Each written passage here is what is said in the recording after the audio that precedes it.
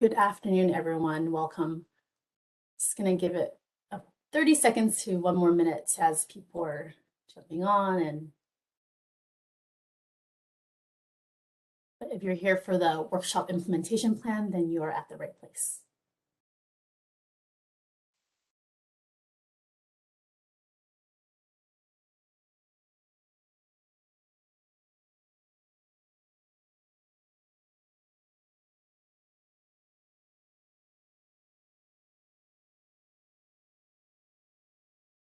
Okay, I see the numbers are still climbing a little bit, but we will get started. Good afternoon again, everyone. Welcome. Today's topic for today's workshop is the Microgrid Incentive Program Implementation Plan Workshop. My name is Jessica Teeth and joined today by my co-host Julian Ennis, who will be facilitating today's WebEx meeting.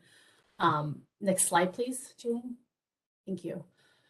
Just to start off with some logistics, there are multiple ways to join today's meeting. You are likely joining us via computer, but in the event where you are unable to, if you're experiencing technical difficulties, you can also dial in by phone. The details are in front of you here and also on the WebEx invite and also on the agenda. For the presentations slides today, I did send it to the service list this morning. It should also be uploaded on our website, and if it's not available yet, it should be shortly within the next few hours or by tomorrow in the next business day or so. Just as a note, there were some last-minute minor reorganizations of the slides, so you'll notice that there are minor differences compared to the ones you see today and what was uploaded this morning. But the content is all the same. It was just some slide reorganization. We are recording right now, just to let you know. However, while we are recording this presentation, the discussions and the Q&A sessions are not going to be recorded. And before I stop the recording, I will announce that I'm doing so, as well as announcing if I am going to be resuming recording. There will not be any meeting minutes or notes after this meeting. This is mostly a presentation and open discussion. Next slide, please. Thank you. All right, so all attendees are muted upon entry. During the Q&A session and the discussion, there are two ways to ask a question. One is raising your hand. I will unmute you, or Julian will. Then please lower your hand afterwards. If you have another questions, we can also enter that into the Q&A box, and we will answer those verbally. Next slide, please. So another way you can access the meeting materials if you weren't on the service list or can't find them later on the CPUC webpage, I've also uploaded the agenda and presentation to the WebEx. So right when you click into this meeting right now, you can click on the meeting materials. Next slide, please. Thank you. Great.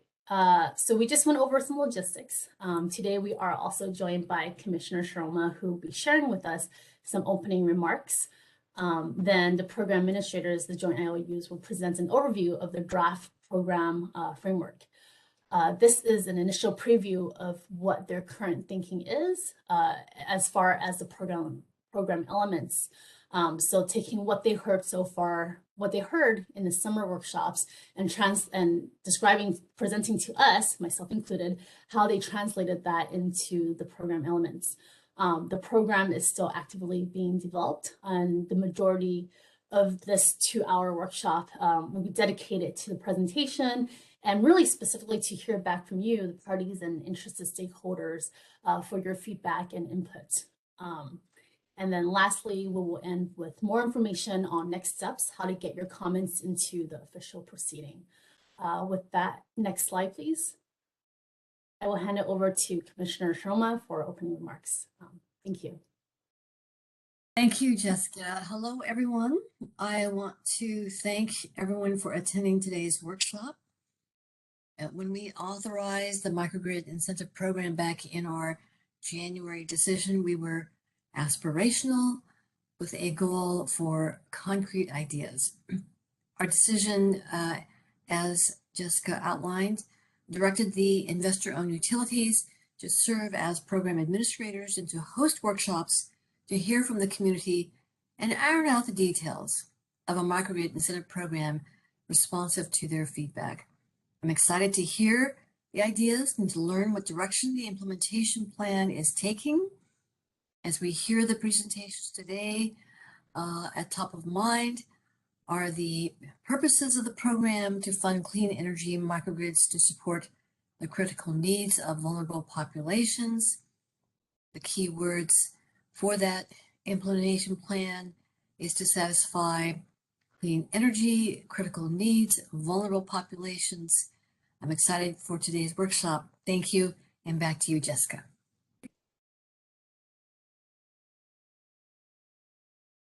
Great. Thank you so much, Commissioner. I went over it a little bit fast in the agenda, but just to note, I did notice that the timing were off. We were previously scheduling this for the morning session, but the times should be reflected from 2 to 4:30. So my apologies for that.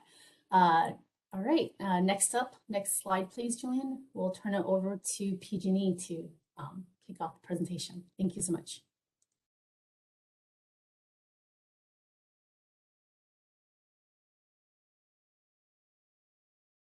Hi, thank you. I'm not sure if my colleague John Friskel has been elevated to presenter status, but if not, I'll be happy to start us off. I don't see him on yet, Molly. Okay, yeah, okay, great. Well, no worries. Thank you all so much. Just wanted to reiterate those messages from Commissioner Shiroma and Jessica.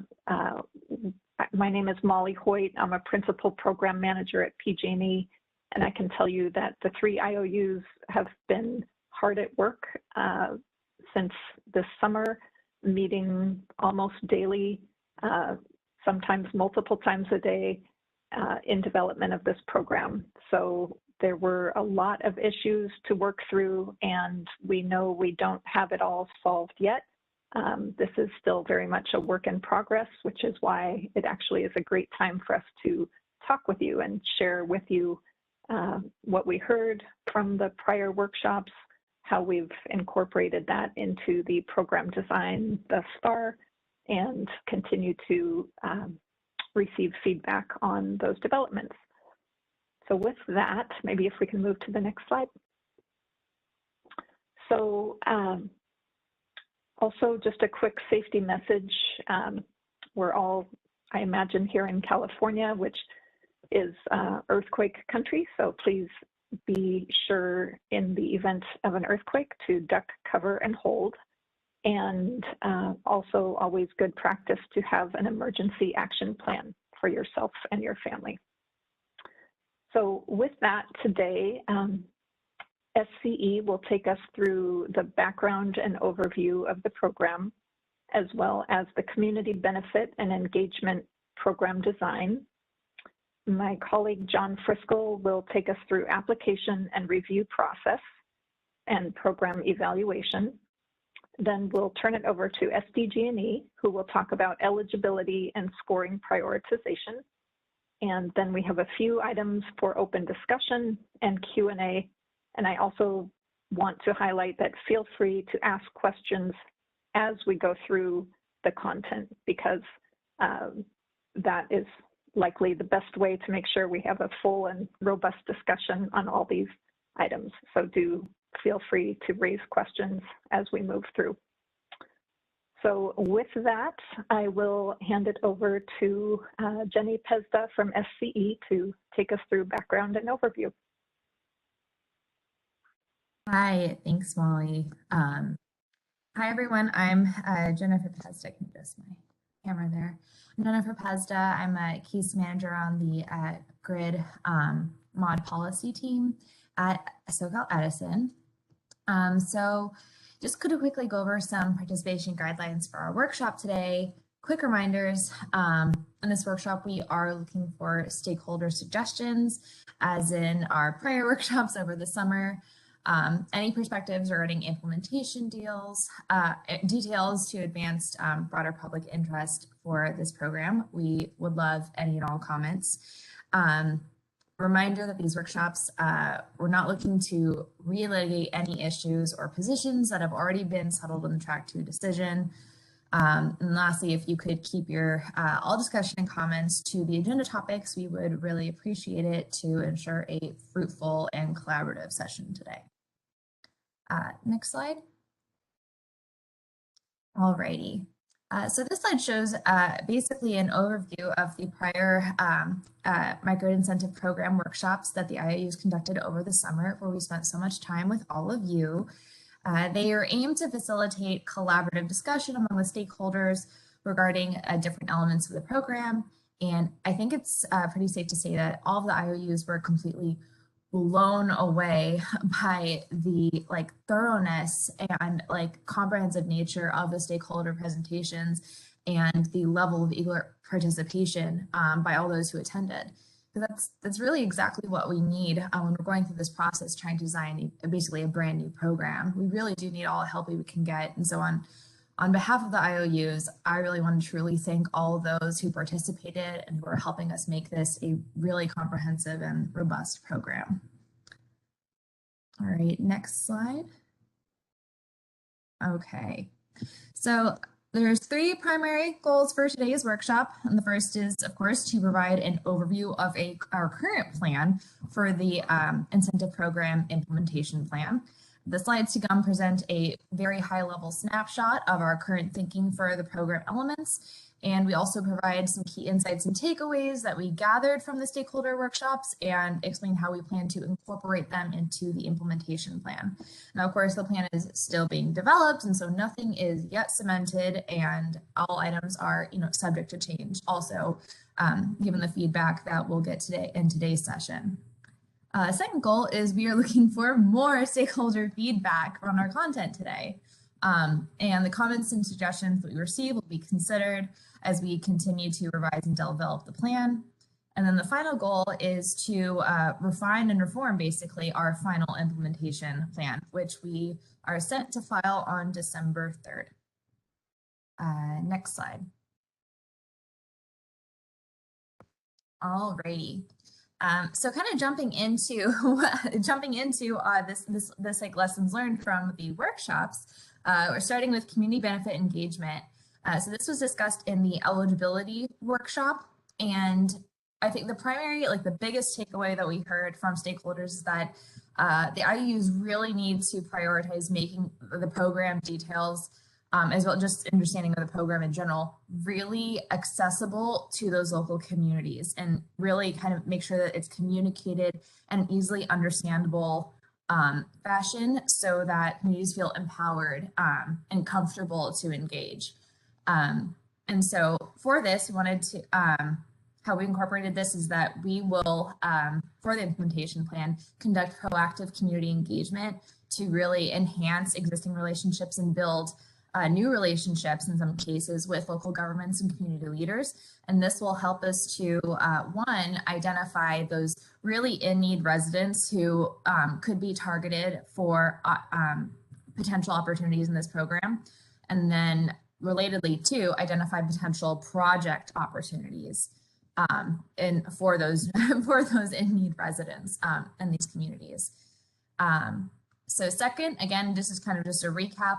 The communities that are eligible to participate in the incentive program include those that are in vulnerable and or disadvantaged populations, as well as those targeted and located in low-income areas.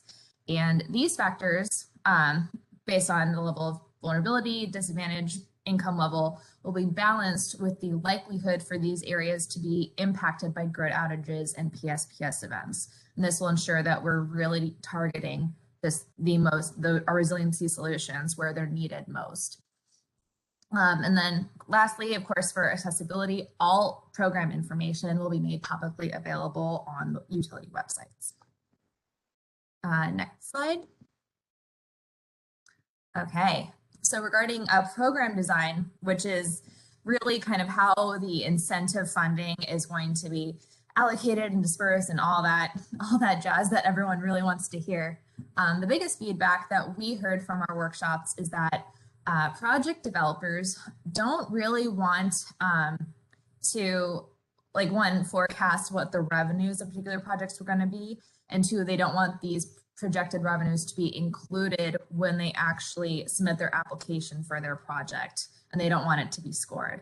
So we heard that. We also heard that communities may need more time than it was currently kind of slated to bring projects to operation from when they submit their application. And so I'm going to go ahead and jump down to that second bullet. We want to kind of reiterate that applicants, when they apply, they will need to specify a requested incentive level. So they will need to request a specific amount of incentive funding for their project that they believe is necessary to make their project financially viable. And with this, they'll be required to include basically an Excel sheet or something of a project budget or breakdown to support that incentive level they're asking for. That won't have to include project revenues, but we do need kind of that budget allocation when those applications are made. And then jumping down to the third bullet, we are actually considering modifying the current 24-month timeline that we have set for the project to begin from the MOA execution date. So we are actively considering that. And then just to reiterate, again, this is from the decision, the funding for the project applications can only be used for in front of the meter technologies or IFOM technologies. Behind the meter technologies are not eligible, and this is because there are already several programs, several existing programs that run by the IOUs that do offer incentives for these technologies, including but not limited to the self-generation incentive program and net energy metering. And just want to reiterate that the attractive decision is very clear on this, and so our hands are kind of bound. So this is one of those areas that's not up for. We're not looking to relitigate or up for discussion.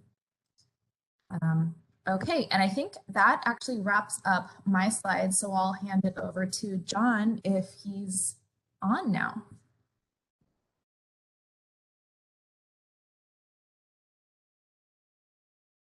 John, you have been promoted to a panelist and should have access. All right, great. Thank you, Jenny.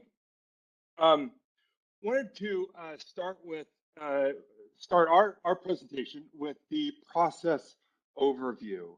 And what you see here is a very linear development of the process from stage 1 to stage 5. And there's multiple steps within these stages, but some of those details are being worked out. And but so for the purposes of this workshop, we wanted to keep it to this kind of a bit higher level.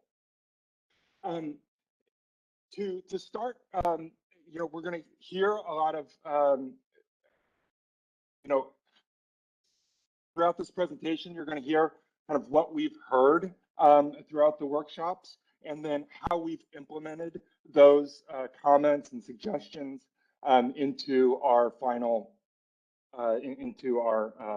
implementation plan. And so what you see here is a lot of work that has gone on into kind of incorporating all those thoughts and ideas. So we have a 5-stage process. As I mentioned, there's many different steps within these stages, but you can really break this down into three main components. The first part is the application origination. Then we move on to the application evaluation and award, and then finally into the project implementation phase.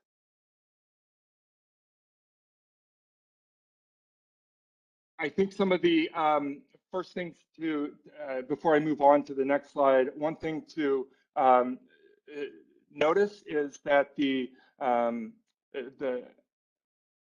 eligibility and the prioritization score and award decision is in front of the interconnection study and the technical evaluation. I'm focusing on the application evaluation and award section in green there. And we'll get into why that was in later slides. So if we can move on to the next slide.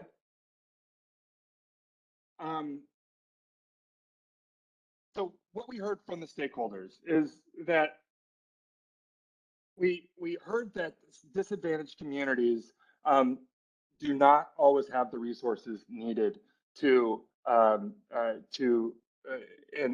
design and develop community microgrid projects. And we heard that in a number of locations. And so just to put a fine point on it, the stakeholders requested grants to enable a community to procure the additional technical support and resources for completing this application. And so that to that end, you know, the IOUs are committed to providing that consultative support early on in the process, and we'll talk about that enhanced technical support in a couple of slides from now. And in that technical support, IOUs will share some detailed and relevant information to support those community efforts. And then lastly, for those communities which meet specific disadvantaged vulnerable community criteria, the IOUs will provide additional support for those third-party assistant in the development to develop that full MIP application. And next slide, in program design.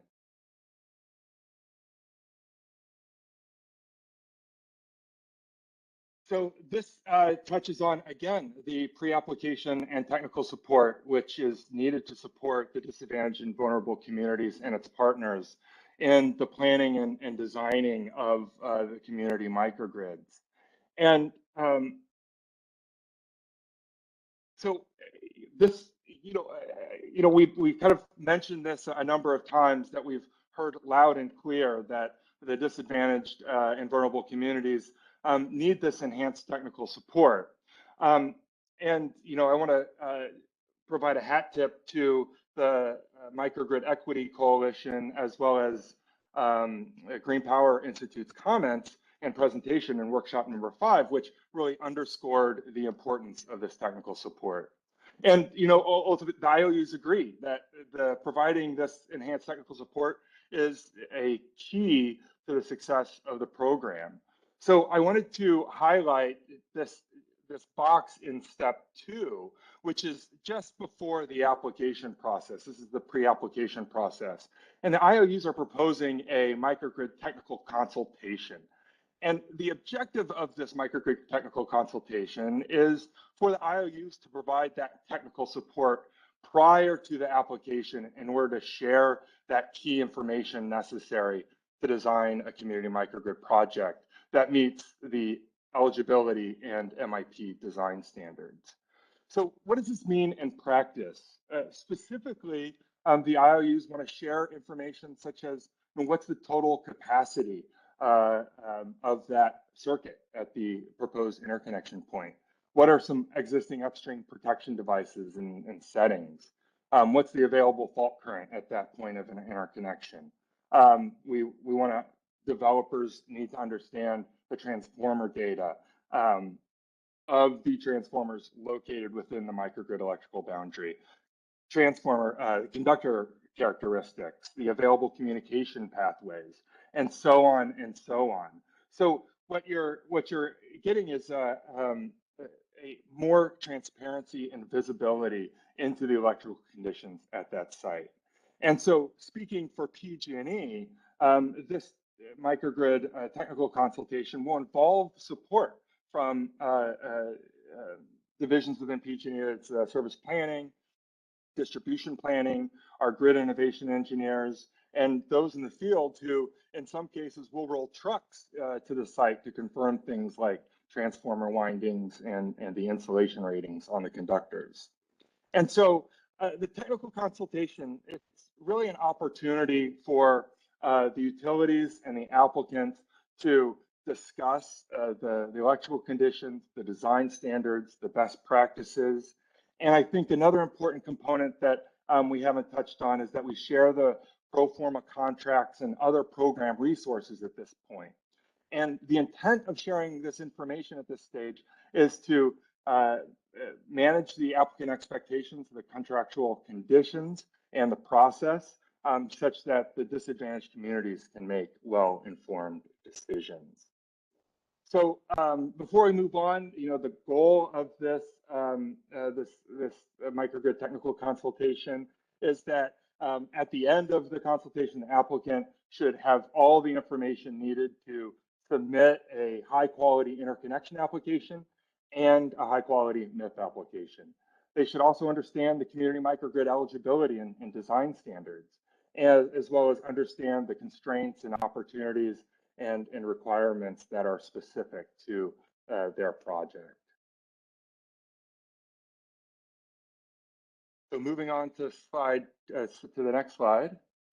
John, hi. Sorry, before we Yes. move on to the next slide, that was a lot of great information. Maybe we can take a pause here to see if there are any questions from the audience attendees. Julian, Perfect. do you have any questions from the written Q&A? Yes, I do. So from the written Q&A, Nick Ditrio asks, how long of an extension is being considered? And perhaps if we want to unmute Nick to answer that, to ask or provide more detail on that question, that might be helpful.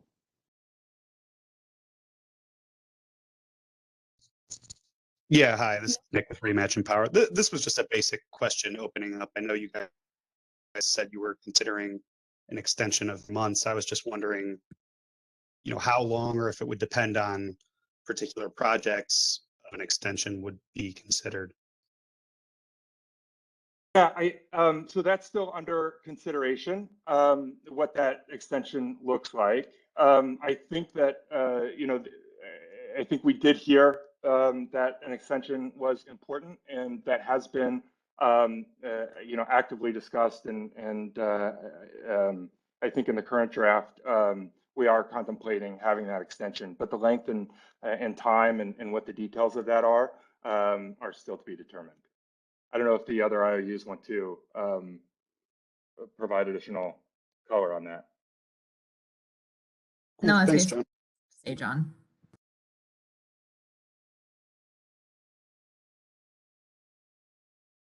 Great, thank you. And I think we have another slide to talk about just share a little bit about what that looks like to the extent that we've developed it. Great, thank you.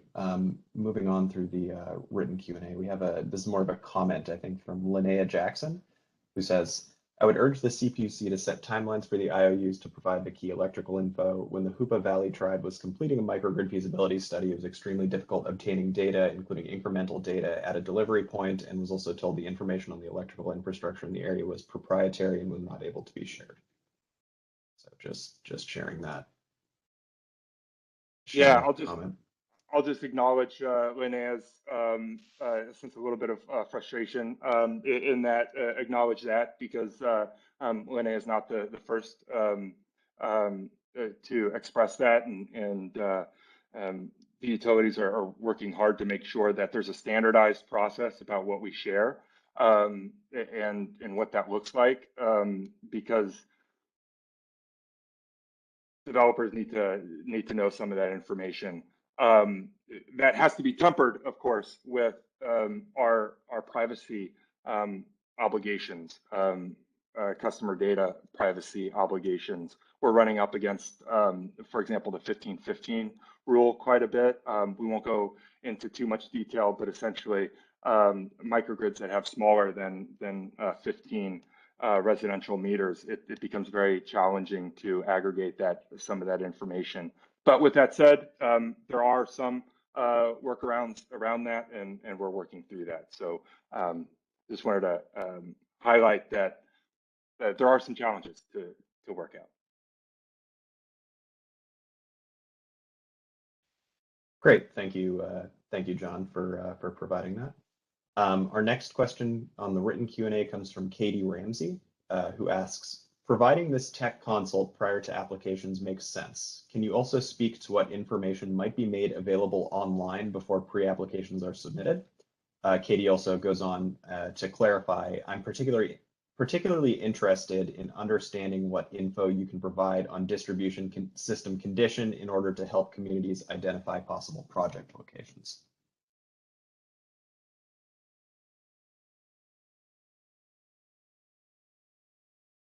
Yeah, I'm pausing because it's very kind of closely tied to Linnea's comment, and we have to balance some of those considerations when we share our distribution infrastructure. There's cybersecurity issues at hand. I know that doesn't comprise all of that equipment, but that does come into play. There's some competitive issues that come into play. And we've also, are leaning heavily on the DDIF information that we've provided through that process, which does provide some additional transparency. So this is all to say we understand that the success of this program is dependent on getting the developers and the communities high quality information in a timely manner. I say that full stop, that's a core principle, but there are still some challenges that we're working through in order to make that a reality.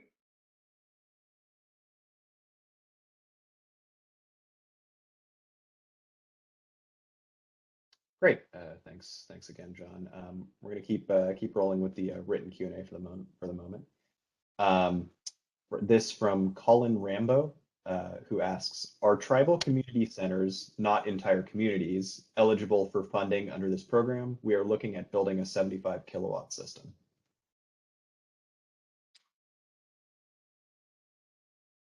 Sorry, I missed that eligibility question. Colin Rambo. Oh, yeah, absolutely. Colin Rambo asked, are tribal community centers, not entire communities, eligible for funding under this program? We are looking at building a 75 kilowatt system. The tribal community centers, but not the community. I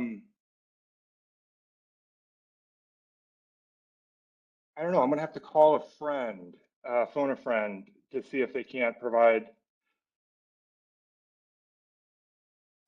So John, this is Jeremy Donnell with PG&E.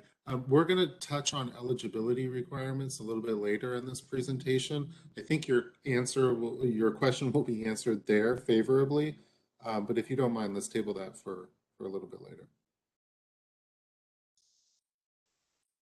Great, thank you, Jeremy. Again, we'll continue with the written Q&A for the moment. Ben Schwartz asks, is it possible that a different extension will be granted depending on the complexity of a proposed project? I would say that's possible, but I also know that it's not. We haven't decided on what the criteria for those extensions look like.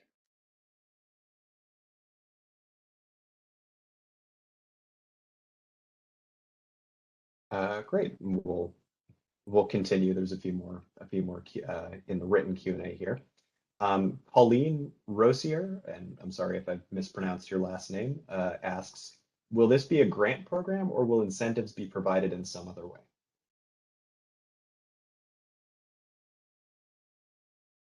Yeah, let's see. Let's unpack that a bit.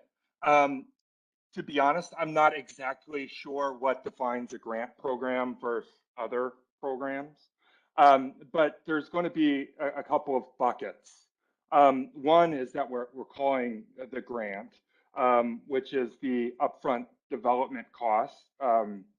Take a step back. For a grant to develop the MIP application for specific and eligible communities. So there's going to be that grant available. And then there's going to be If you're aware of the PG&E Cmap project, or in the decision, it's referred to as a matching funds program. Those are equipment that the IOUs largely own. And so the items that are covered in that program are typically not cash going out the door, but it's utility owned equipment that the customer doesn't pay for. So in that respect, I'm not sure if that qualifies as a grant or not. I would think probably not. It's a different flavor. And then there's another set of kind of bucket of projects that MIP covers, which is really cash out the door. So funding the DERs and the equipment, where the developer or the community goes out and purchases this capital equipment and then seeks a refund. And so in that sense, there's a payment payment structure defined in the microgrid operating agreement that kind of outlines what gets paid when, and that's cash out the door. So I'm not sure what you qualify as a grant, but there's a number of different components to that. Does that answer the question?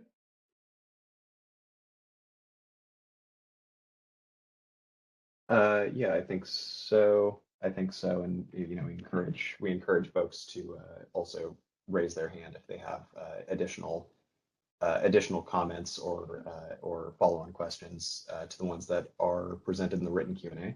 But for now, we'll move on to the next question in the written Q&A. This is from Trudy Wong, who asks, what are some examples of, oops, sorry, it scrolled away from me. What are some examples of in front of meter projects? Will some examples be shown?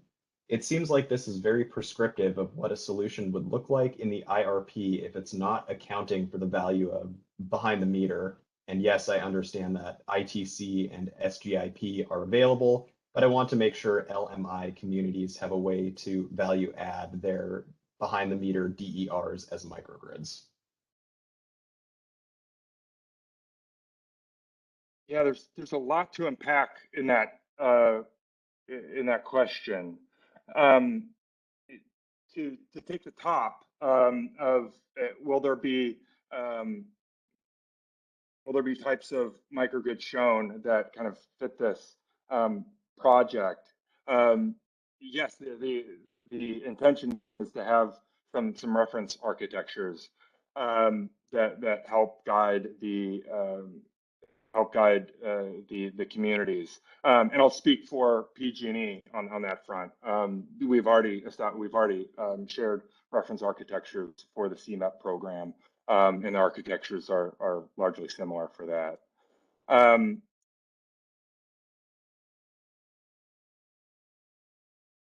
The other question, I heard something to the extent of being prescriptive, and I think that the intent of our microgrid implementation plan first is a realization that all community needs are different and that no microgrid is the same. And so there are a bunch of different, there are many different colors of community microgrids that can be developed, and we wanted to incorporate all of them and accommodate all of them. Now, so in that sense, we didn't want to be prescriptive. We've kind of made a strong intention not to be prescriptive. Where I think we were a bit more prescriptive was in the funding of which types of assets we could fund using customer rates for these projects. And so I think that when you read the implementation plan, you'll find that there's a lot of consideration given to what these funds can support or not.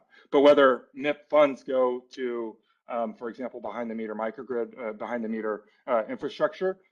So I'll state clearly that MIP funds will not support behind the meter generators, but should a behind the meter generator want to participate in the microgrid, there's nothing that technically stops them from participating in a MIP project. John, this is Danielle Weissman with SDG&E. Maybe I can just piggyback on what you said and expand a little bit more. So behind the meter resources absolutely can participate in a community microgrid within the microgrid incentive program, but it will largely be more as passive resources. The issue that and the guardrail that's in place within the Track 2 decision that adopted this program is that behind the meter resources will not receive funding, and that's simply because the Commission recognized that single customer projects are excluded from the program, understanding that there are so many existing incentive mechanisms and funding sources for behind the meter resources that for the purposes of the incentive funds in the microgrid incentive program, those will be focused solely on in front of the meter resources and in front of the meter infrastructure because those will serve multiple customers. So it's not really intended to be prescriptive. Within a community microgrid, you can have in front of the meter and behind the meter resources within this program, but it's how funding, ratepayer funding is allocated to the various components of that microgrid that is restricted a bit with respect to in front of the meter resources. So I hope that clarifies, but certainly, you know, things like rooftop solar, energy storage that are already part of customer premises within a community, those will absolutely be factored into the capacity and capabilities of that microgrid.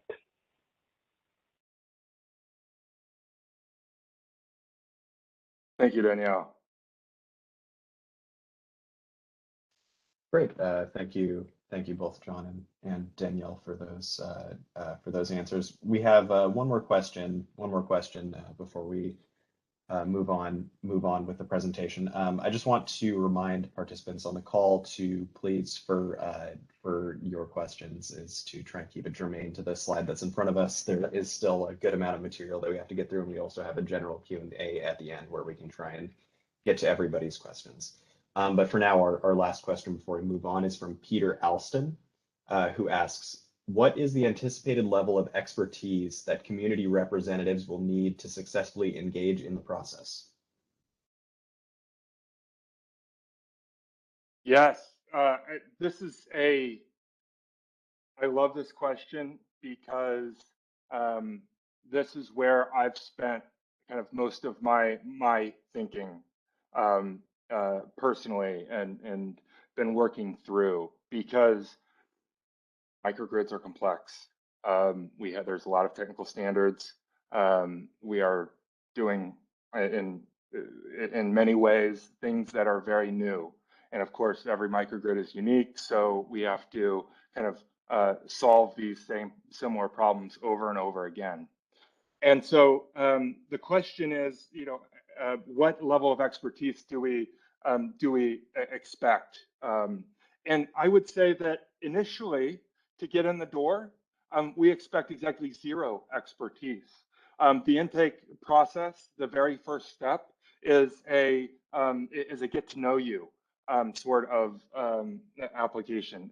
There's no engineering qualifications required. We want to understand your community's goals, you know, what you're trying to accomplish, and some rough ideas of how mature the thinking in the project is. And then once we start, for example, go into the microgrid technical consultation, when we start sharing some technical details on the electrical conditions at that specific location, we do want that information to be received by somebody that's trained, competent to interpret that information, such that they can then go and apply that to, for example, developing a single line. So at that stage, we do ask then for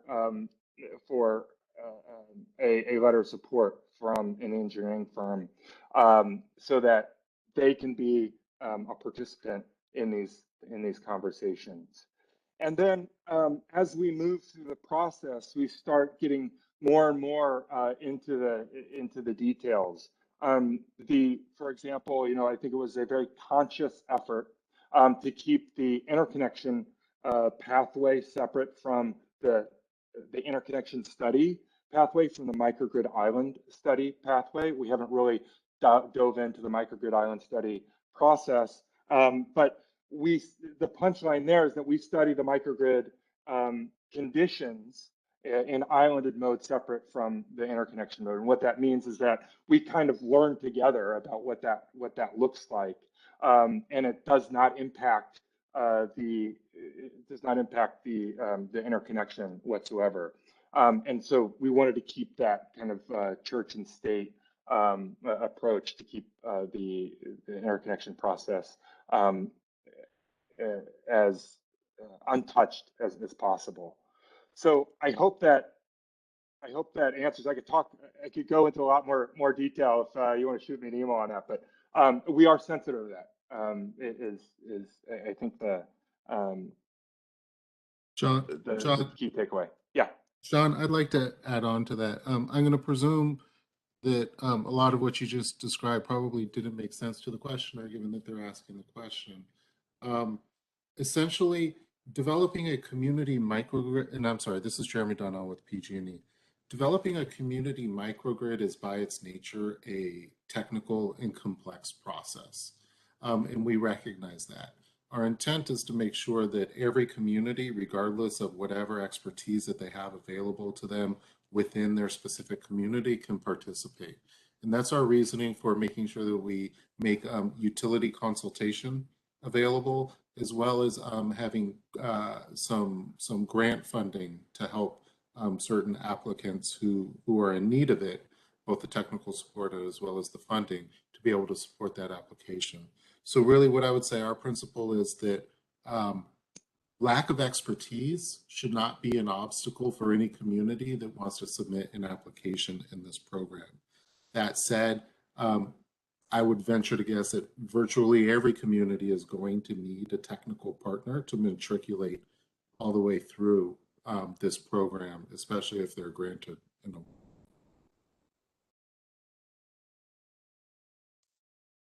Great, thank you, John and Jeremy, for those for the answer and for the clarification. We do have, I know I said this would be the last question, but we do have one clarification question from Pat Saxton on our team. Pat, if you want to unmute and ask your clarifying question before we move on. Thanks, Julian. Daniela, when you were answering an earlier question, you used the phrase passive resources, but I don't think you meant it in the context that I would understand as a grid forming resource versus a grid following resource. I was wondering if you could just clarify the terminology for me. I may have just misused terminology because I hang out with too many engineers, but I will clarify my statement that behind the meter resources can participate. It will certainly be up to the engineering experts to review a project to determine, how, but they just can't receive funding sources. So I would probably scratch that word from my answer. Okay, that makes sense. Thanks for the clarification. Great, thank you, Danielle. And just want to remind participants that if you have a question you'd like to ask verbally, to please go ahead and raise your hand, and we will try to get to you in the order that you raise your hand. I think with that, Jessica, I think we can move on in the presentation, and we'll make sure to stop for questions later on. Sounds good. Thank you.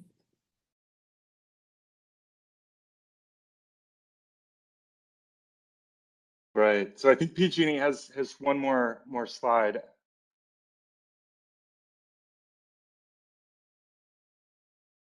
So yeah, let's zoom out a bit and talk about some of the process itself, which is, one of the things that we heard was that, I should say that one of the through lines through all the workshops, this came up multiple times in multiple workshops, was that an application process on a first come, first served basis could create inequities that would benefit those projects that are either those projects in communities that are either more resourced or more mature. And you know, the parties, what we heard is that the parties were advocating strongly for multiple application windows as a solution to kind of level out the playing field, as it were. And they also advocated, I think, Nick Dietra, this is to your point, you know, we heard the development extensions is also a key component of that, kind of maintaining that equity or establishing equity. And so here, I think that, you know, I should remove the word I think. The utilities agree, full stop, that we acknowledge that the communities interested in developing a microgrid under MIP will likely be in various stages of readiness and development by the time this program is authorized by the commission. And so to this end, PG&E and Southern California Edison plan to have multiple application windows and in these application windows, we'll establish a set amount of incentive funding allocated for each window. And this structure, you know, we hope we're designing it to enable deserving communities the time they need to design their microgrid and develop their microgrid application without worry that the funding will be exhausted on projects early on in the application timeline that may have more resources to dedicate to the development of these projects. So we're still working out the details of you know, what level of funding goes into each of these application windows, but you know, want to share some of the guiding principles. One is that each IOU of the 3 IOUs will determine what the timing and the number of application intake windows look like, and we're going to design it to best suit the development needs of our communities. One thing, if you look at the second bullet point to highlight, SDG&E will likely only have one window because they have a smaller load, and by extension, a smaller portion of the allocated funding, and in all likelihood, fewer projects that will get funded. So we're leaving up the timing and the application intake windows on to the utilities to develop.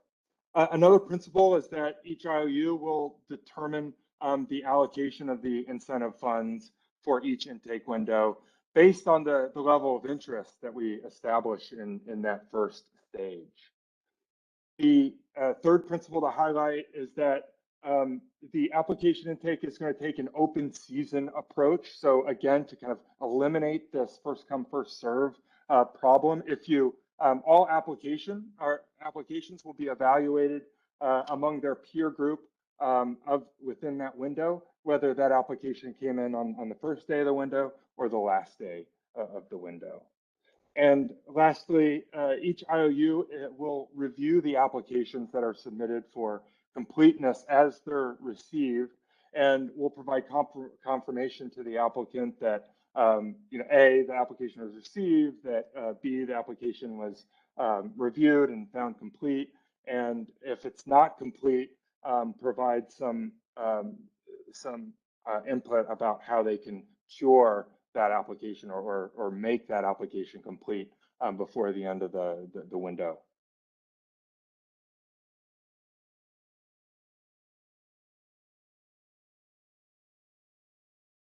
So with that, I think if there's questions on the application window process, I'm happy to address those. I think if not, I think SCE I think the next section is on eligibility.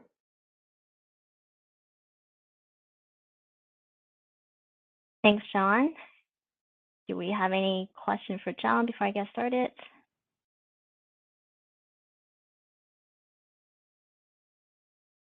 All right, hearing nothing. Good afternoon, all. My name is Ely. I am a Principal Technology Advisor with San Diego Gas and Electric. I'm here to talk about eligibility and scoring.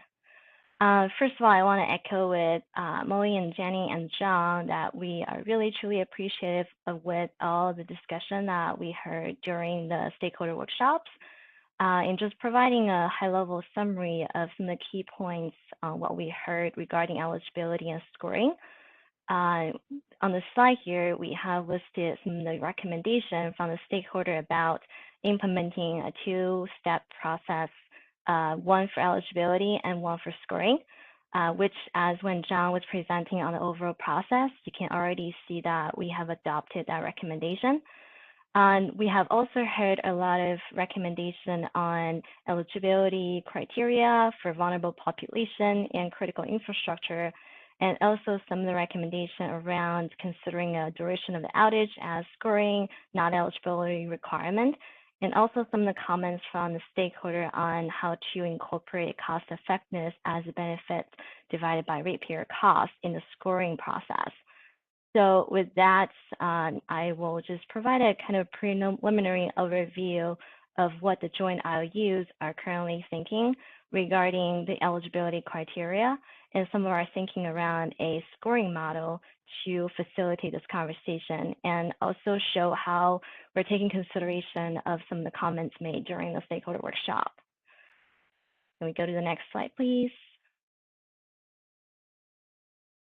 All right, so when it comes to community eligibility criteria, we actually went ahead and put 3 subsections under the community eligibility criteria. So for the subsection, section A, we were really taking consideration of one of the core objectives of the Microgrid Center program is to make sure the communities that are in need and at a higher risk to outages are going to be provided opportunity to increase reliability and resilience. And also, we want to make sure that we consider some of the community criteria to establishing this eligibility criteria. So we developed the subsection A to establishing a eligibility criteria for the communities that are located in those 4 subcategories. The first one is the Tier 2 or Tier 3 higher fire threat district.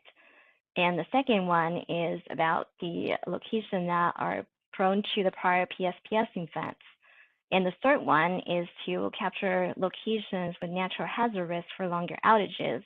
And the last but not least is to establishing eligibility for locations with lower historical level of reliability. So aside from establishing eligibility via the community being vulnerable to outages, we also recognize it's important to establishing eligibility through the disadvantaged vulnerable communities. So that's how we implement this eligibility by either satisfying one out of the column B or column C criteria to accompany the eligibility from the section A on the left. So drilling into each one of those subcategory a little bit, for the disadvantaged vulnerable community, we're establishing eligibility criteria if a community is falling under one of the 4 criteria or multiple combination of those criteria listed here on the slide. So you will notice that this is very similar to what was initially designed in the staff proposal and in the decision that we adopted and developed this to capture our current thinking on a community eligibility. So the first one would be the sort of the medium household income less than 60% of the state median is going to make a community eligible. And the second one is to capture a scenario where there's a federal recognized tribal community. And the third one is to capture a scenario where the community has a high risk as identified in the current version of the Cal Enviro screening. As you may know, the 4.0 version has just came out. So even though the decision has adopted the 3.0 version, we want to be flexible to whatever the version that's currently being adopted. And the last one is around a community being a rural area to satisfy the disadvantaged vulnerable community. And aside from that, some of the criteria in column C is to ensure the community is serving critical facilities that can be qualified. So we have provided two sort of methodology for the critical facility to be eligible. The first one is to capture the critical facility defined as such by the CPUC definition. And we also heard throughout the stakeholder discussion, there's a lot of community stakeholder commenting on considering some of the additional community services besides those critical facility defined as such by CPUC. So that's why we added a second sort of eligibility criteria around a facility that provides important community services. So this is kind of an overview of our kind of thinking on the eligibility criteria. Any questions on the stakeholder on this one?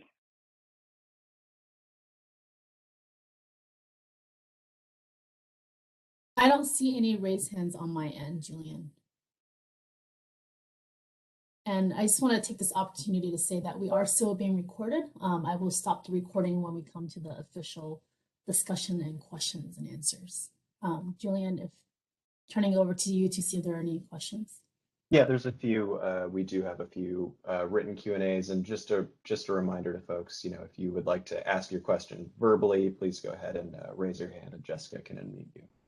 Our first from the written Q&A is a comment from Dana Boudreau, who says, the pre-application technical support will help identify potential distribution system challenges and costs. For the Redwood Coast Airport microgrid project, we're also discovering that broader transmission constraints, for example, resource adequacy, deliverability, also need to be understood to formulate a robust business model beyond wholesale generation. So just leave that there, that comment there. If the utilities would like to respond, I know that's going back a few slides.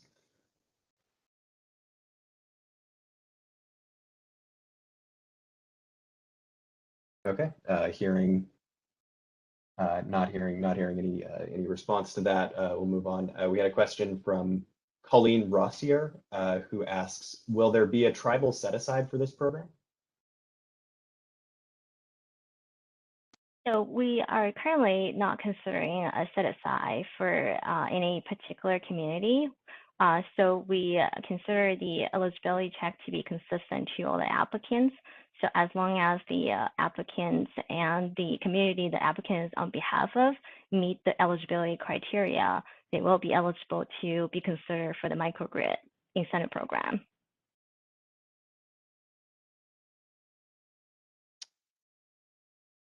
Great. We'll take one more question from the written Q&A, and I think Jessica has a raised hand. Just this one question from Ed Smeloff. Is there a definition of a rural area? So currently, the joint IU are certainly discussing the definition of rural area.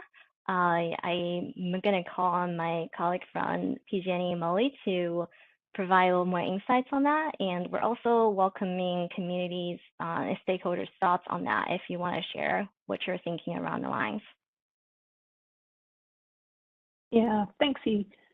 So there are definitions for rural communities, and the main point for us is that we want to use a common definition that all three IOUs can practically implement, and that's transparent and easily understood for applicants. So that's kind of the principle that we're aiming towards. The Health and Human Services organization, there's some entities that have definitions of rural. The U.S. Census Bureau has a definition of rural. So I can tell you that for our community microgrid enablement program, we have a certain definition that's called the Goldsmith modification. It's kind of an adaptation of an update of some prior rural methodology, all of which is to say the details get pretty arcane pretty quickly. And I think the main point is we do want to use a standardized definition across the three utilities and use kind of a commonly understood or commonly used method. So we're still fine tuning exactly what that best definition is, but know that we want to make it clear and accessible for everyone.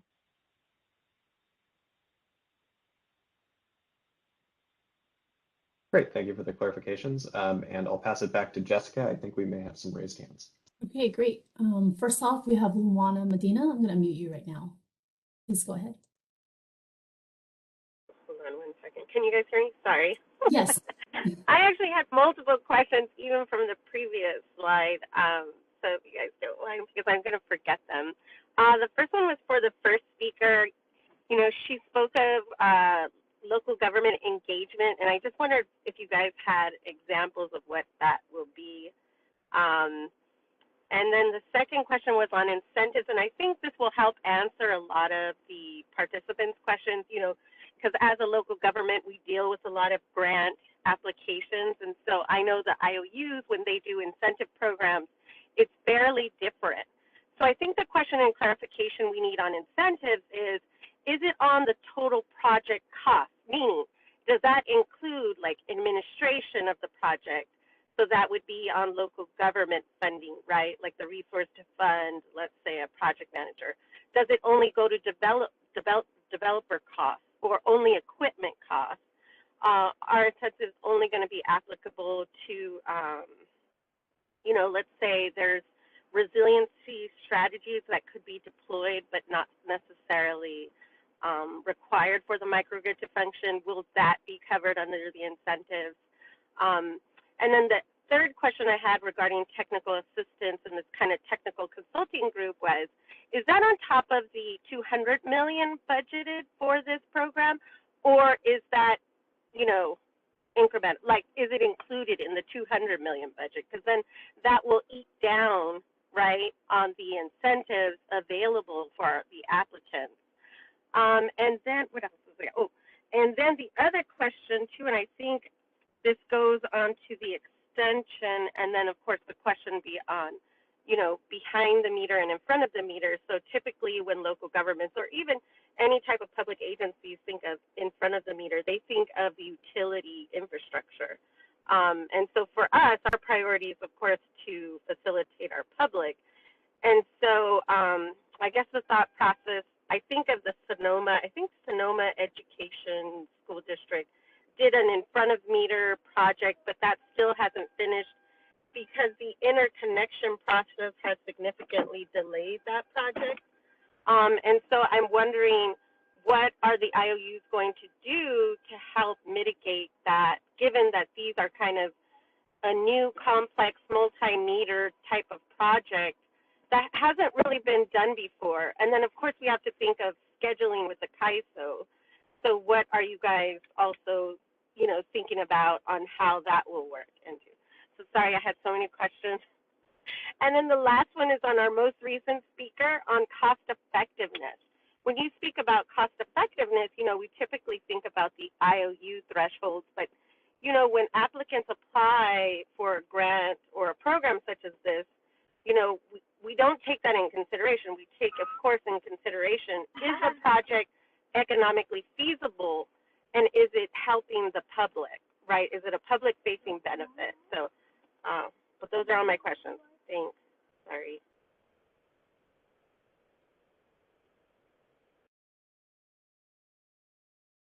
Thank you. And I'll start with the last question about the cost effectiveness. And we actually have a slide later on the scoring model. So the way we're addressing cost effectiveness is to look at all the project that has passed the eligibility check and moving to the scoring stage and evaluate the cost effectiveness of all the project by a comparison of the benefits the project provided divided by the cost element that the applicant is requesting, the incentive dollar amount, which essentially is the ratepayer dollar amount that's used to sponsor the project development. At the same time, we are also taking consideration of how the project is economical compared to some of the traditional utility infrastructure.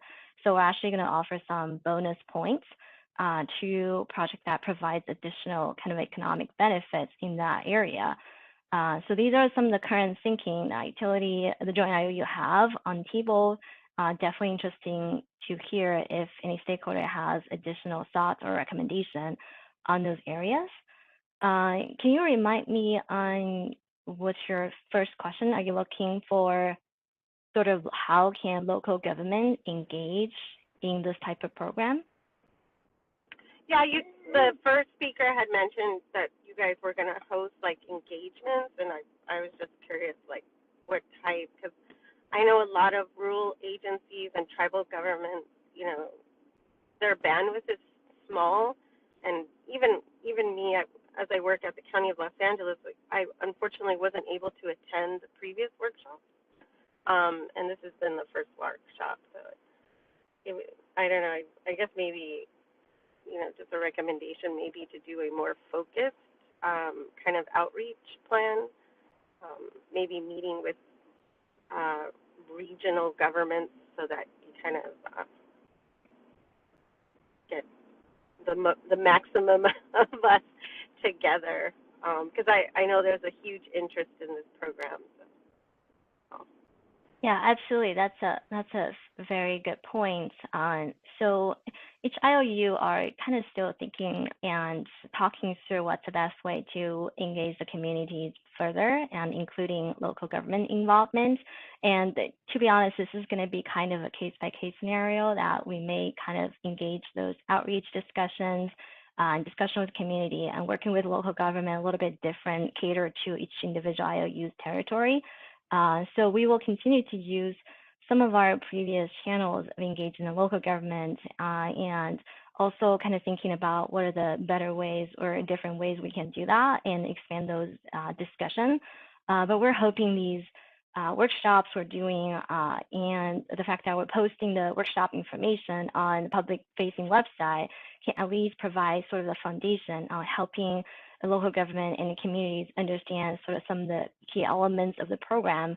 But I agree with you that we'll keep that in mind. If there's any recommendation, or if you want to reach out to your respective IOU individually, we would certainly encourage that engagement.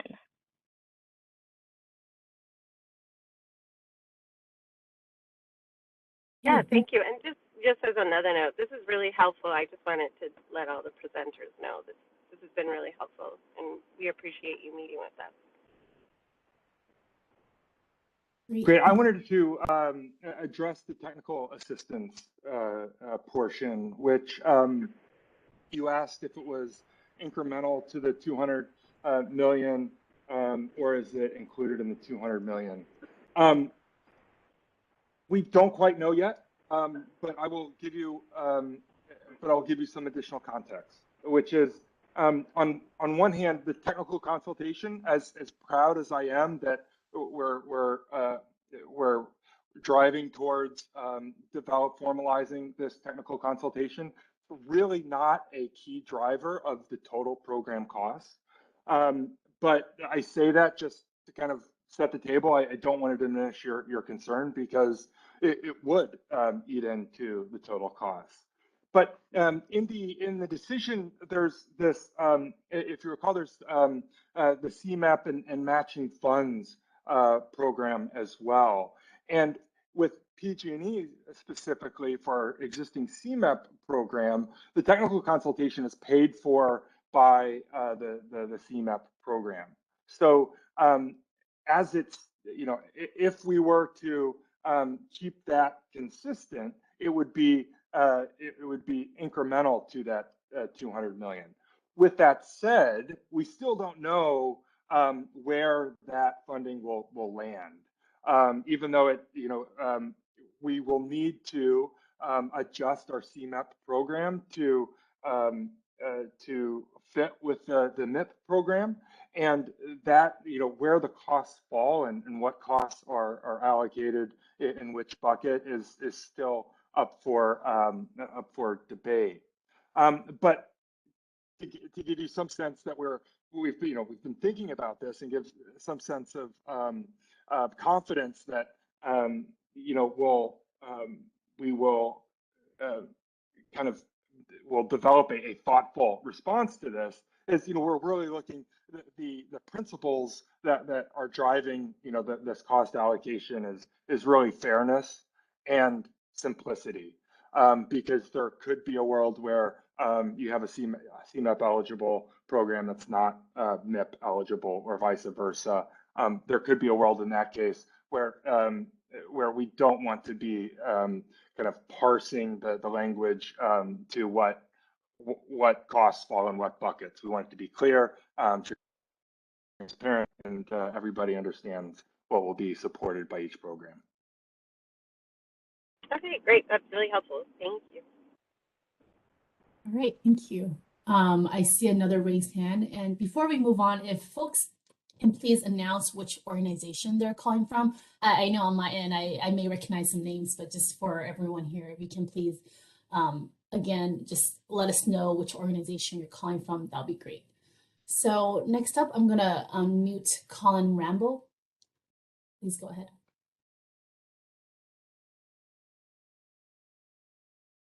Colin, you're now unmuted. Hi, can you hear me? Yes. Great. So I'm assuming you're calling on me for my earthquake question? You have a raised hand. I see that you have a raised hand. So if you have a question. Oh, that was from an earlier Q&A. Okay. I'm sorry I didn't lower it, but I do have a question that hasn't been read yet. I can just read it for you. Sure. Would you mind announcing the organization that you're calling from, or if you're representing? Yeah, sure. My name's Colin Rambo, and I'm with the Tohono Indian tribe. We're a federally recognized tribe in Kern County. Great, thank you. And I just have a quick question. I'm specifically trying to see if we're even eligible for this, and I'm looking at column A, number 3A, the California earthquake risk zone map. I just did a quick online use of that, and it pretty much only designates your risk zone by county. Is that an acceptable level of data for you on this? The level of earthquake risk regarding the county our community is located in?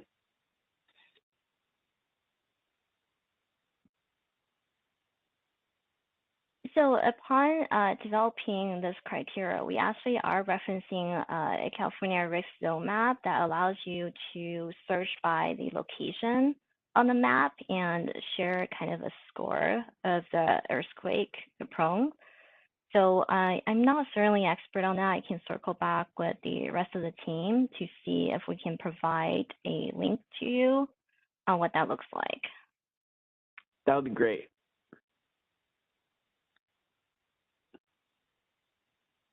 All right. Thank you. Thank you. Next up, Trudy Wong. I will unmute you. Please go ahead. Can you hear me? Yes, I can. Okay, great.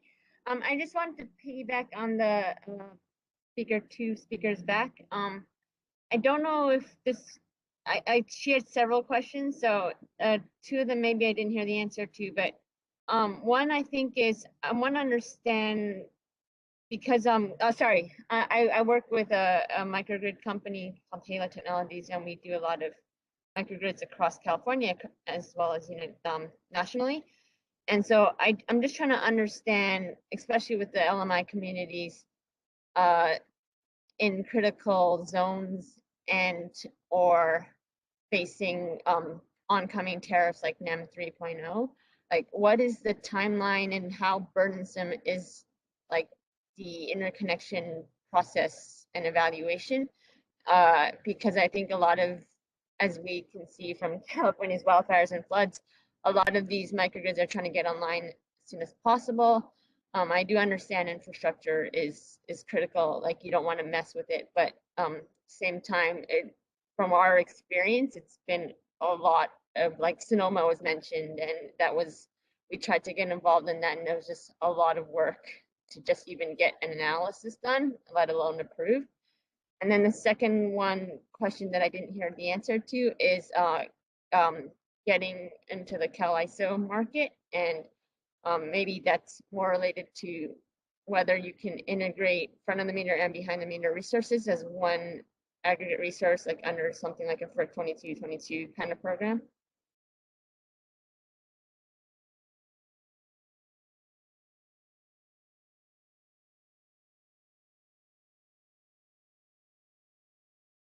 I'm afraid I need a little more clarification on the last question. Are you asking if there are other programs out there that support interaction with the council market? Can you kind of I think repeat that a some little of bit? the, Yeah. yeah, I think like we've struggled with, like, there are some projects where there are front of the meter resources and or behind the meter resources, and they're all for microgrids, and especially with LMI communities, we want to basically add as much value as we can to those communities and get them the value streams that they provide to the grid. But there are very few programs under the IOUs that, or even CalISO, that we can easily access for them. So I'm just wondering if there are any programs that are being in pilot stage or are like on the roadmap to apply for. I apologize. Unfortunately, I'm not too familiar with that. So I would have to defer that question and table at this point. Certainly do not believe that's part of the goal of the Microgrid Incentive Program. But I also don't have the full knowledge to comment on if there's any other programs out there for that specific needs.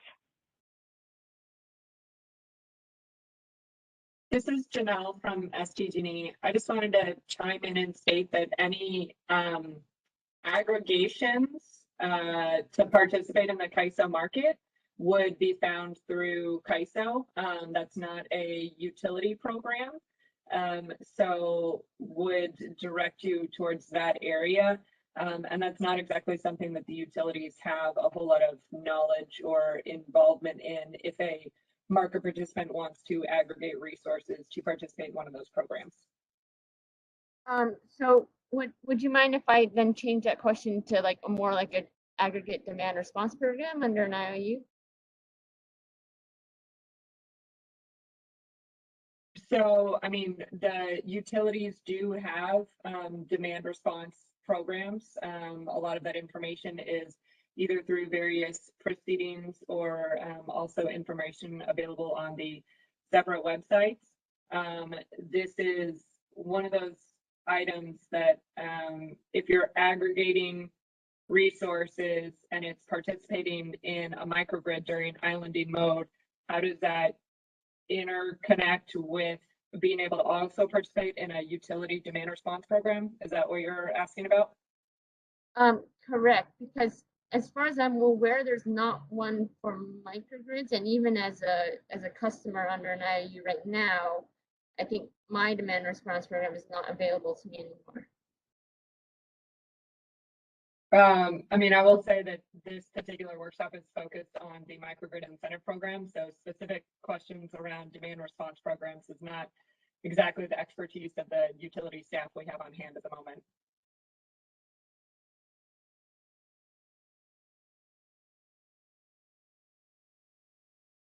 Chairman Don, PG&E, I would just also add the fact that, you know, microgrids are essentially DERs with an islanding capability.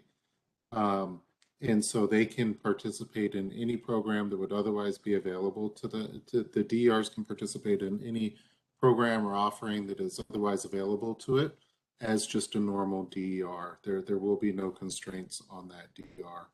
And the resiliency is being funded through the incentive funding already. So it sounds like a non-issue to me for this particular program.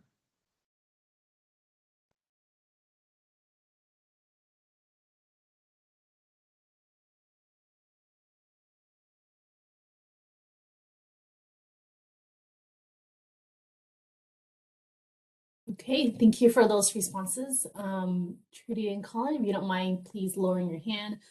That way we know if you have further questions later on, we can call on you again. With that, why don't we move on? And then we can also, of course, come back to the Q&A and raise hands again later. Just as a reminder, we are still being recorded. We will stop the recording at the end of the presentation. I'll turn it over back to you. Oh, yes. Say, Jessica? Yes. Sorry to interrupt here. I just wanted to ask a question at this point. It has to do with coordination and for the investor-owned utilities. Do they anticipate having a dedicated contact at each at your utility? It's there have been a number of comments and questions, and I appreciate in the slide deck really honing in on providing consultation, pre-application assistance. I think it's going to be important for tribal communities, for the tribal advisors at the utilities to be looped in as well. Anyway, the question is simply, do the utilities anticipate having a dedicated contact for folks to reach out to? Yeah, I'm guessing, as you can tell from the amount of utility representative on this call, you can notice that utility has put forward a team to support this program, and we'll continue that trend throughout the outreach and the pre-application process in the entire program to have dedicated staff to support the questions and also support the community in different levels from all different kind of aspects. We wouldn't necessarily have sort of single point of contact because, you know, as you can tell, the microgrid incentive program requires a lot of expertise on different subjects and areas. So, but we'll have a dedicated team for sure to support that.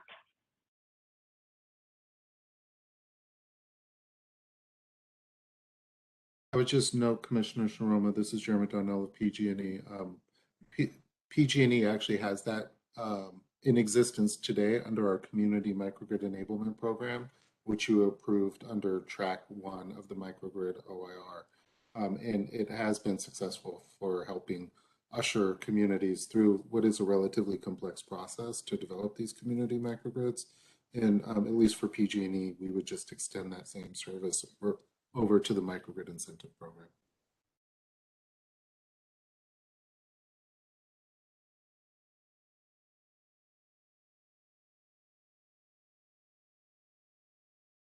Great, thank you. Eve, would we turn it over back to you for this slide or the next slide? Sure, I think we're ready to move on to the next slide. Yeah, I actually noticed some of the questions in the Q&A regarding cost effectiveness and scoring. So I think this is actually perfect timing to share a preliminary scoring table that the Joint OUs put together. As you can notice here, that we have adopted some of the recommendations stakeholder made during the stakeholder workshop, such as implementing scoring weights on different criteria, incorporating sort of kind of a low income and vulnerable population in the scoring, and also, you know, at the same time, kind of incorporating resilience benefits and environmental benefits, which are all key objectives out of the program. So here's kind of a preview. As we mentioned before, we are still actively discussing the elements of the scoring. So this is really just our current thinking and subject to change at any time. At this point, we have sort of categorized the different scoring benefits under 3 major categories. The first one being the customary and community benefits, where it includes scoring provided to community that has low-income customers, community has vulnerable customers, community have critical facility by providing scoring for each community, each critical facility in the community microgrid that serves DVC. And also, we also included sort of additional scoring for community that provides additional community services. And this is kind of the first scoring correct category, and you can see that it has the 50% of weight currently being the most important weighting structure out of the entire scoring. In the next section is around resilience benefits. This is where we want to make sure we capture the community microgrid project that kind of provides the vulnerable to outage community a resilience improvement and kind of facilitated resilience needs. So here's where we include the high fire district, prior PSPS, earthquake and flood prone communities, locations, and also sort of the location that has lower reliability compared to other locations. And this is where we assign currently a 30% of scoring weight to this criteria. And the last but not least, we also want to capture and provide a scoring to project that provides environmental benefits. We kind of incorporate the two sections here in this category. One is around the percentage clean energy use, and the second is around the fossil fuel displacement for each critical facility displacing fossil fuel backup generator as a primary backup. There's additional scoring provided to those projects. So this environmental benefits is kind of counting for 20% of the total scoring weight. So here's an overview. Again, as I mentioned, we're still actually talking about the elements in the scoring table and are interested to hear stakeholders' feedback on what we're currently presenting here.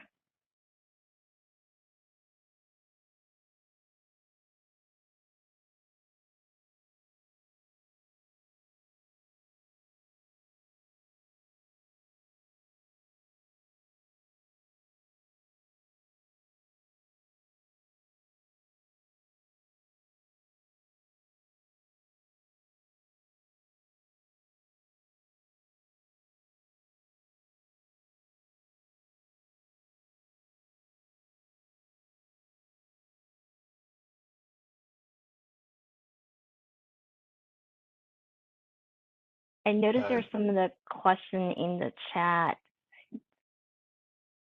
Yeah. Hi. Yeah, this is Julian. We'll read a few questions out of the Q&A box as they refer to both eligibility and scoring criteria.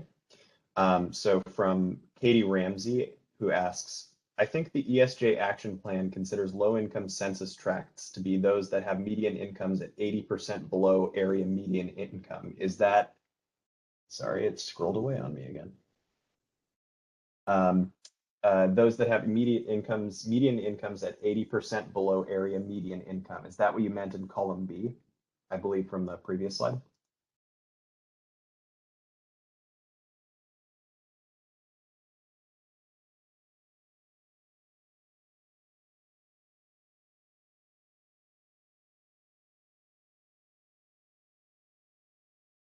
Yeah, I can take this one if you'd like. So Katie, I think we're looking to the climate adaptation proceeding and looking at the CPUC's definition in that. And I believe the definition for low income coming out of that decision was slightly different. It has to do with median income census tracts with median household incomes less than 60% of statewide median household income. So that's what we are looking at.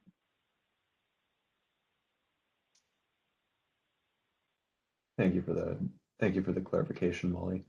Our next question comes from Colleen Rosier. If an applicant checks multiple boxes with an A, B, and C, will they have a higher rank in scoring, or will they just move on to the next stage? Just a kind of clarification on that, eligibility and scoring are sort of a sequential separate process. So all projects need to meet the minimum eligibility criteria, which here needs to meet A and some combination of B and or C. But as long as a project meets those criteria and some of the additional technical criteria, that's also going to be identified based on the applications submitted by the applicant, they will be entered into the scoring, which is what I just described. Based on the criteria, all the project is going to have a score and get ranked across all projects. Great, thank you, E. The next question is from Ben Schwartz, who asks, if there are not a sufficient number of applications submitted, will the eligibility criteria be expanded?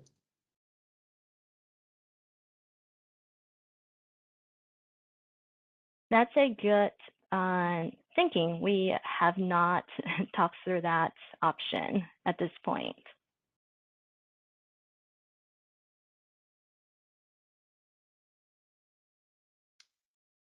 Great, thank you. The next question is from Katie Ramsey, who asks, The decision is clear that this MIP program is geared to reach vulnerable communities, and there are community criteria included in the staff proposal that include most, if not all, of the column B criteria. Based on that, could you explain why an A-C combination is under consideration? Yeah, our thinking about including the column C is that we also want to list out the critical facility that will be primarily serving the DVC. So obviously the column B is defining the community that falls under the definition of DVC, but the column C is also describing those projects who will be serving those critical facility that's going to be serving the DVC and providing and addressing the DVC's resilience needs. Because the critical facility is also a objective and key component under the Microgrid Incentive Program, and that's why A and C is considered under a possible combination of criteria. Excellent, thank you. Our next question is from Linnea Jackson, who asks, the Hoopa Valley Tribe meets all criteria from columns A, B, and C. We have an allocation from WAPA, and that largely disqualifies us from PG&E programs. Is that going to be the case with MIP as well if critical locations are provided power from WAPA as opposed to PG&E delivery points?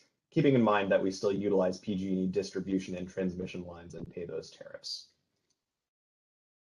Hi, this is Jeremy Donnell with PG&E. Linnea, you win the award for the most specific question within this workshop. Will you reach out to me directly on this and we can talk about it? I would have a number of questions to follow up on. I can be reached at jeremy.donnell@pge.com.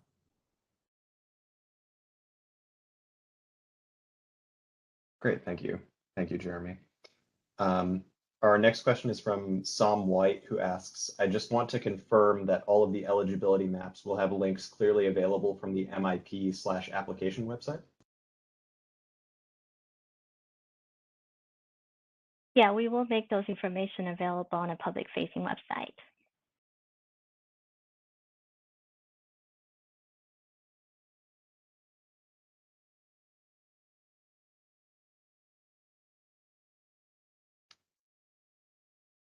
Okay, our next question is from Stephen Moss, who asks, if a microgrid would avoid the need for more costly utility distribution undergrounding, will it be deemed to be especially cost effective?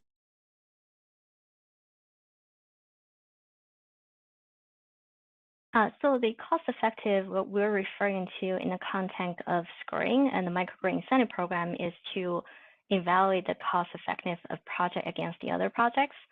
So if a project does have the benefit of kind of reducing the need for utility infrastructure, we are currently in discussion about if we want to include some additional points for those projects. So if the stakeholder has thoughts and recommendations around that particular point, we are definitely welcome to hear that.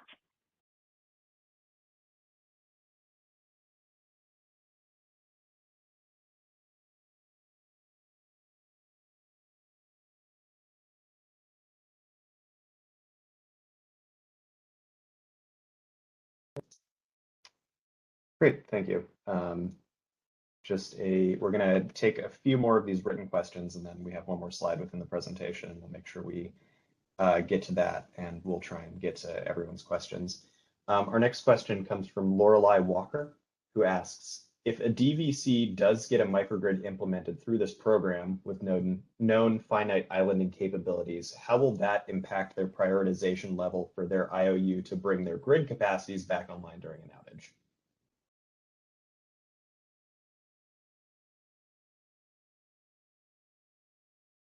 That's an interesting question. So actually, towards the end of the presentation, we actually do have a few open questions that we're looking for stakeholder inputs.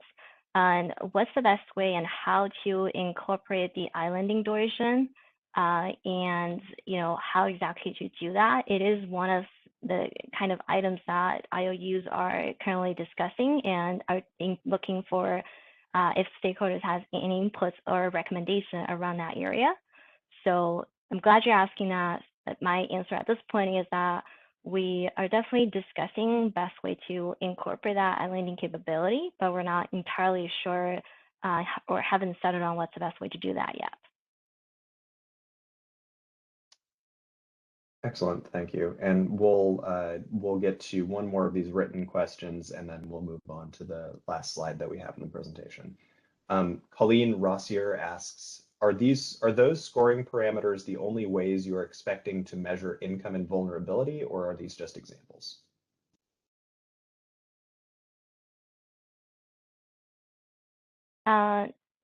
Yeah, so I wouldn't necessarily categorize that we're using the scoring to measure the vulnerability of different projects. We're using the scoring, as part of the selection process to evaluate the incoming application submittals.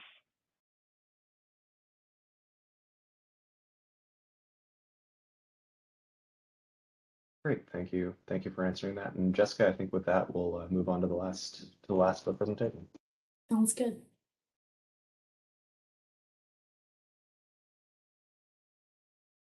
Slide. Yeah, I think with that, I'm going to pass it back to John to facilitate some of the open items and an open Q&A discussion. Great. Thanks, Yi.